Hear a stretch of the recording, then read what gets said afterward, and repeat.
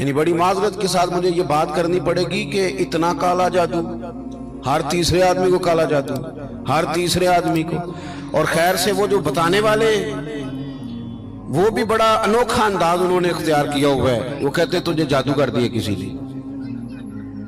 کس نے کہا کہ یہ مجھے بتانے کا حکم نہیں، مجھے شرارت کا حکم تھا، شرارت میں نے کر دی، اب تو گھر جا کے سوچتا رہے.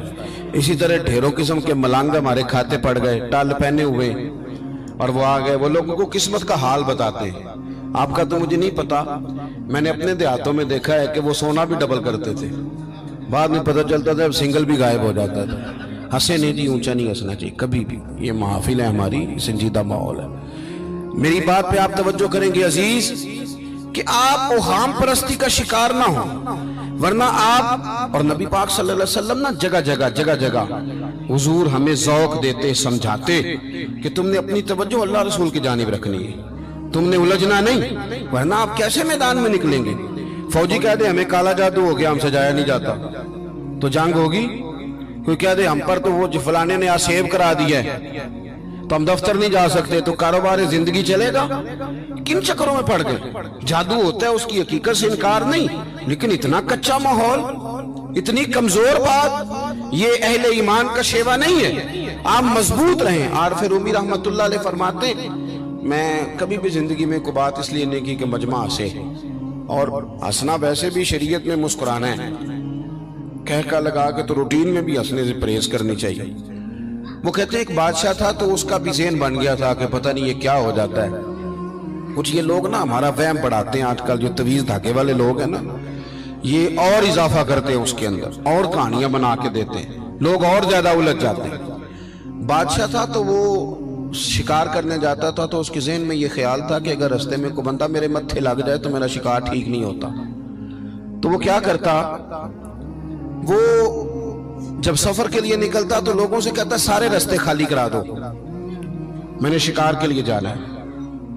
لوگ رستے خالی کرا دیتے. ایک دن ایک آدمی بیچارہ نے ایک آنکھ سے اسے نظر نہیں آتا تھا، وہ کوئی جنگل سے لکڑیاں کاٹ کے آ رہا تھا تو اچانک وہ چڑھ گیا.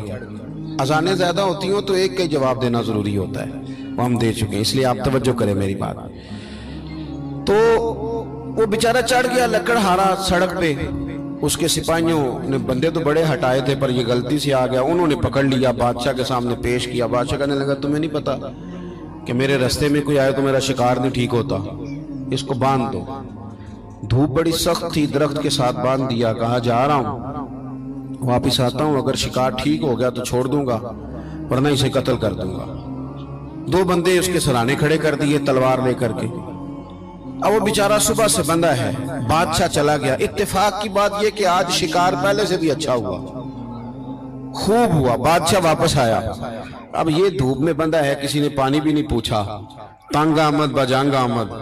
بندہ جب پورا تنگ آئے تو پھر جنگ بھی بڑی کرتا ہے. اس نے کہا یار آج مرنا تو ہے، اب مرنا سچ بول کے. بادشاہ نے کہا اسے کھول دو، آج میرا شکار بڑا اچھا ہوا ہے، لہذا اسے کچھ نہیں کہنا، کھول دو.